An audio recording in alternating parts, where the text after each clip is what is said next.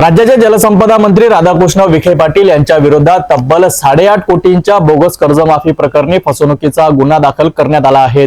विशेष म्हणजे हा गुन्हा सुप्रीम कोर्टाच्या आदेशानुसार दाखल करण्यात आल्याने राज्याच्या राजकारणात खळबळ उडाली आहे।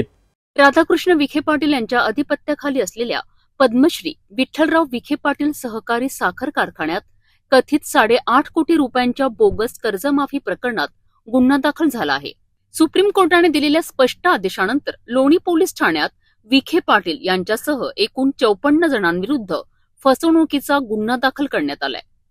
या गुन्ह्यांमध्ये 2 बँकेचे अधिकारी, साखर आयुक्त कार्यालयातील अधिकारी आणि संचालक मंडळाचे सदस्य यांचा समावेश आहे।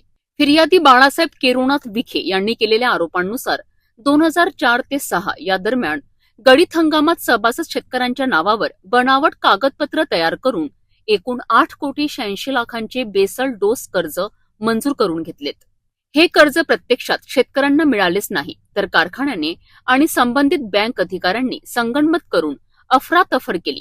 त्यानंतर 2007 मध्ये आलेल्या कर्जमाफी योजनेचा फायदा घेत सरकारची फसवणूक करण्यात आली, असा गंभीर आरोप करण्यात आलाय। सर्वोच्च न्यायालयाने 18 मार्च रोजी आदेश देत या प्रकरणात कारवाईचे निर्देश दिले आणि त्यानंतर अखेर लोणी पोलीस ठाण्यात गुन्हा दाखल झाला आहे। राधाकृष्ण विखे पाटील यांच्यावर थेट सुप्रीम कोर्टाच्या आदेशाने फसवणुकीचा गुन्हा दाखल झाल्यामुळे हे प्रकरण केवळ आर्थिकच नव्हे तर राजकीय दृष्ट्यानेही संवेदनशील ठरतंय।